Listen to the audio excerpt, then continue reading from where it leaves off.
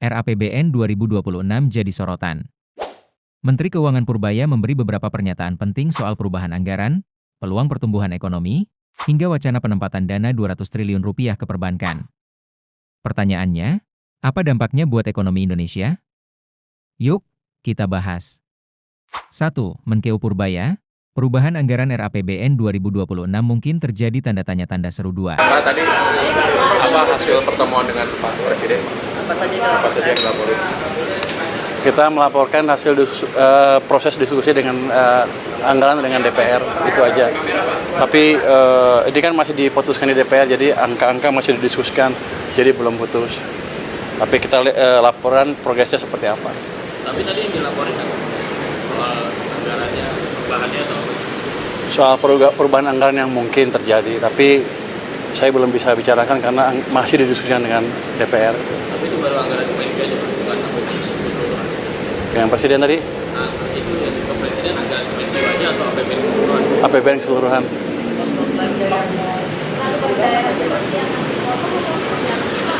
Masih didiskusikan. Nanti kalau saya ngomong duluan, nggak boleh, salah katanya. Masih didiskusikan. Sudah setuju. Bukan itu, jadi sistemnya bukan saya ngasih pinjam ke bank dan lain-lain. Ini seperti Anda naruh deposito di bank. Kira-kira gitu kasarnya. Nanti penyalurnya terserah bank.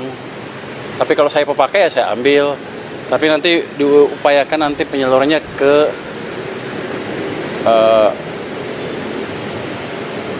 bukan dibelikan sun lagi, atau satu lagi tidak,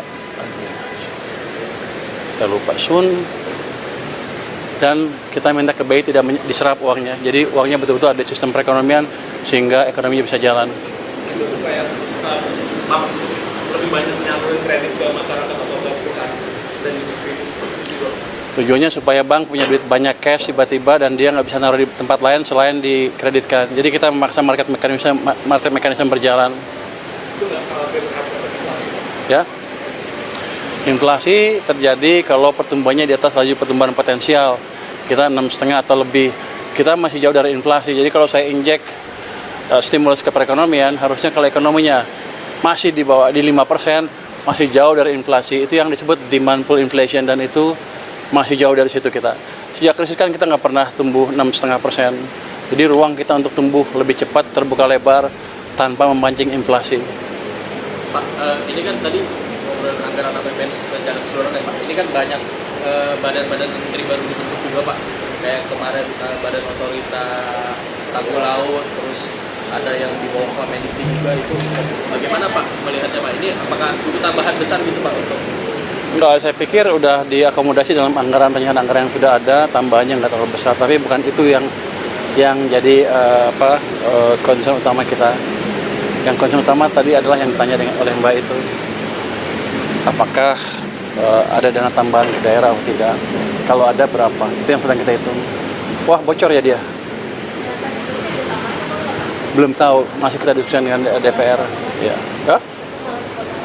nggak ada. Kita nggak akan pemotongan lagi. Kita akan cenderung menjalankan kebijakan fiskal yang mendorong pertumbuhan ekonomi.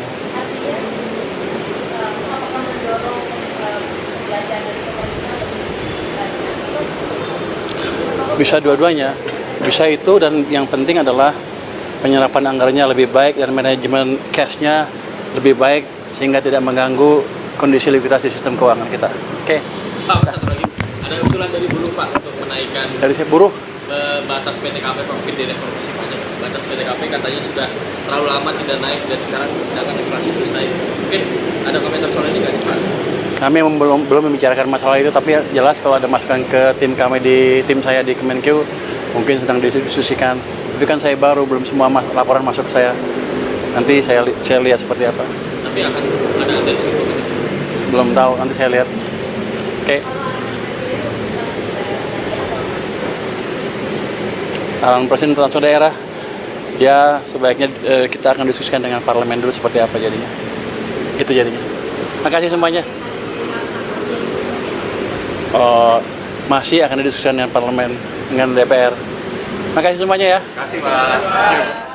Pak, boleh nanya lagi yang 200 triliun kemarin penempatan dana di perbankan itu ada time frame-nya nggak Pak? 200 triliun itu? Besok udah masuk. Mulai besok Pak? Besok masuk 200 langsung. Pertama Pak? Nembang. Apa aja Pak? Bang, Himbara semua Pak? Ibarat semua. Ada PMK-nya nggak sih Pak? Perlu PMK dulu nggak sih? Bisa langsung dilakukan Pak? Kalau PMK pun saya tanda. Kemenkeu bikin gebrakan terbaru. Apalagi? Katanya beliau bakal memasukkan 200 triliun ini ke perbankan. Oh ya, dari mana uangnya? Katanya dari uang kas negara. Nah, katanya kalau dengan kebijakan ini bisa menggerakkan roda ekonomi Indonesia. Nah, kenapa itu bisa? Yuk kita lihat di sini tuh bisa uangnya jadi berganda nih kalau kita masukin ke bank. Misalnya tadi 200 triliun dimasukin ke bank A.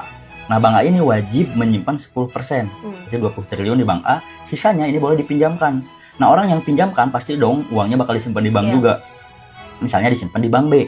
Nah, di bank B ini juga sama sistemnya, harus nyimpan 10%, berarti 18T, sisanya ini boleh dipinjamkan. Orang yang dapat pinjamannya disimpan lagi di bank C, dan seterusnya, disimpan, dipinjam, disimpan, dipinjam. Sampai akhirnya uang yang beredar ini, uang yang tercatat itu segini. M sama dengan 1/RR kali MB. Masukin angkanya ini 10%, MB-nya 200 triliun. Berarti uang yang tercatat di seluruh Bank Indonesia ada sekitar 2000 triliun. Nah, ini bagusnya apa? Kalau 2000 triliun ini menaikkan konsumsi dan investasi, maka Y-nya juga bakal naik si PDB-nya. Jadi kalau CI naik, Y atau PDB-nya bakal juga naik. Nah, inilah yang menyebabkan ekonomi roda Indonesia berputar. Itu maksud kata Pak Menteri. Nah, tapi di sini juga harus hati-hati. 200 triliun itu bisa jadi obat, bisa juga jadi racun. Kenapa? Karena kalau uang yang beredar ini naik, yang dana itu jadi dua nih. Kan ini ruas kiri naik nih. Ruas kanan juga bisa naik. Yang naik itu bisa si Y-nya, bisa si P-nya. Apa itu?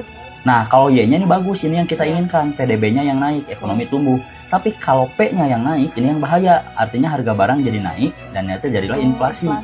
Makanya 200 triliun ini, perbankan ini harus dipantau. Dia bagus nih kalau Y-nya naik, tapi bahayanya kalau lari ke P yang naiknya. Makanya penyaluran kreditnya harus dipantau nih, harus masuk ke sektor-sektor yang produktif. Kayak bangun pabrik, pertanian, infrastruktur. Jangan terlalu banyak di yang konsumsi, misalnya buat beli tanah, beli saham, atau beli properti yang spekulasi. Semoga aja kebijakan terbaru Pak Menkeu ini benar-benar bisa menggerakkan roda ekonomi Indonesia. Amin. Dari pernyataan Menkeu Purbaya, jelas bahwa RAPBN 2026 masih terbuka untuk perubahan. Rencana penempatan 200 triliun rupiah ke perbankan memang menjanjikan, tapi juga penuh tantangan. Akankah strategi ini jadi kunci percepatan ekonomi Indonesia? Kita tunggu langkah selanjutnya dari pemerintah. Pak Menteri, boleh cowboy tapi ada isinya.